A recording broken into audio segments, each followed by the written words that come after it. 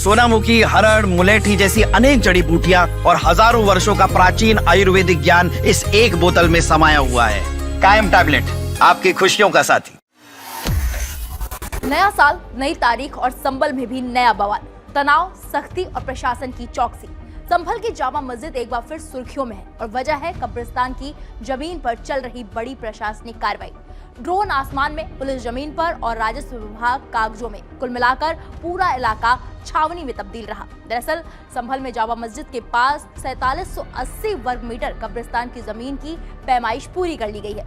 ये कार्रवाई एसडीएम रामानुज और तहसीलदार धीरेन्द्र प्रताप सिंह के नेतृत्व में की गई, जिसमें 29 राजस्व कर्मियों की टीम शामिल रही।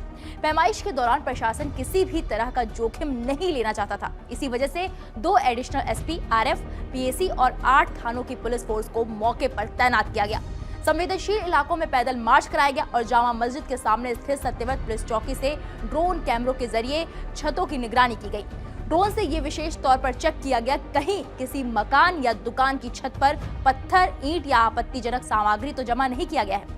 एलआईयू यूनिट भी लगातार इनपुट जुटाती रही। मौके पर खुद डीएम डॉक्टर राजेंद्र पेंसिया और एसपी कृष्ण कुमार बिश्नोई पहुंचे और स्थिति का जायजा लिया।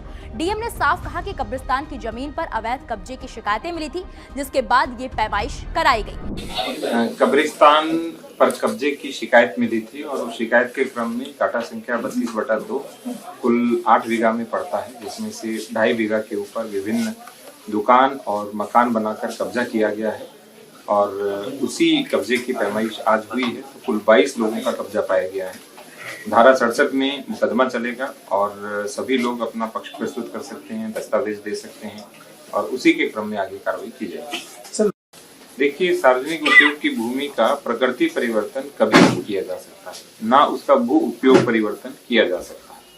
यदि किसी के पास इस तरह के दस्तावेज हैं तो वो दिखाएं, यदि सही पाए जाएंगे तो ठीक है, अन्यथा वो डॉक्यूमेंट भी फ्रॉड हो सकते, फोर्स डॉक्यूमेंट हो सकते हैं और उसके ऊपर उसी के अनुसार फिर आगे कार्रवाई होगी। देखिए, जो अतिक्रमण होता है उसको दूर करना वो प्रशासन का दायित्व भी है, तो हम किसी भी प्रकार का अतिक्रमण पाए जाने पर उसे दूर करें। प्रशासन का रुख बिल्कुल साफ है, जहां भी अवैध कब्जा मिलेगा उसे हटाया जाएगा।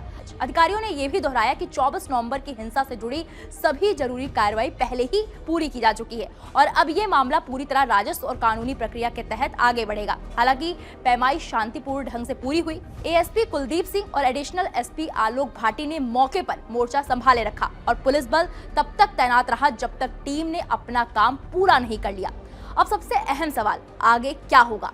पैमाइश पूरी होने के बाद अब गेंद राजस्व विभाग के पाले में है। प्रशासन ने साफ निर्देश दिए हैं कि जिन दुकानदारों और मकान मालिकों पर संदेह है उन्हें अपने वैध दस्तावेज तहसीलदार न्यायालय में पेश करने होंगे। दस्तावेजों की जांच के बाद 3 तरह की कार्रवाई संभव है। पहली, जिनके कागज सही पाए जाएंगे उन्हें राहत मिलेगी। दूसरी, संदिग्ध या फर्जी दस्तावेज पाए जाने पर एफआईआर दर्ज की जाएगी। और तीसरी, अगर अवैध कब्जा साबित हुआ तो धारा 67 के तहत ध्वस्तीकरण की कार्रवाई की जाएगी। वहीं एसपी कृष्ण कुमार बिश्नोई के मुताबिक 24 नवंबर की हिंसा के दौरान जिन अवैध निर्माणों की छतों से पथराव और फायरिंग हुई थी वो अब प्रशासन के रडार पर है। एडिशनल एसपी आलोक भाटी ने 7 दिन के भीतर जांच रिपोर्ट सौंपेंगे, जिसके बाद आगे की कार्रवाई तेज होगी। फिलहाल इलाके में शांति है, लेकिन निगरानी जारी है। ड्रोन कैमरे अभी भी एक्टिव हैं और पुलिस बल अलर्ट मोड में है।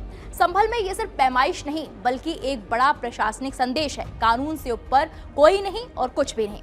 अब सबकी निगाहें दस्तावेजों की जांच और अदालत की अगली कार्रवाई पर टिकी हुई है। लेकिन सबसे बड़ा सवाल यही है, क्या संभल में फिर बवाल हो सकता है?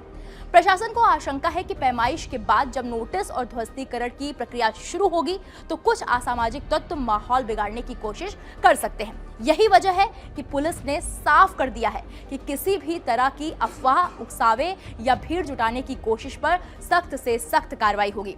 पुलिस अधिकारियों के मुताबिक पिछली हिंसा से सबक लेते हुए इस बार पहले से ही ड्रोन, एलआईयू और भारी फोर्स तैनात रखी गई है। संवेदनशील इलाकों में धारा 144 जैसी सख्ती भी जरूरत पड़ने पर लागू की जा सकती है। संभल इस वक्त बेहद संवेदनशील दौर से गुजर रहा है। एक तरफ प्रशासन की सख्ती है तो दूसरी तरफ लोगों की निगाहें न्यायिक प्रक्रिया पर टिकी हुई हैं। अगले कुछ दिन तय करेंगे कि ये मामला शांति से सुलझेगा या फिर किसी नए बवाल की पटकथा लिखी जाएगी। इस मामले पर आपकी क्या राय है, हमें कमेंट बॉक्स में जाकर जरूर बताइएगा।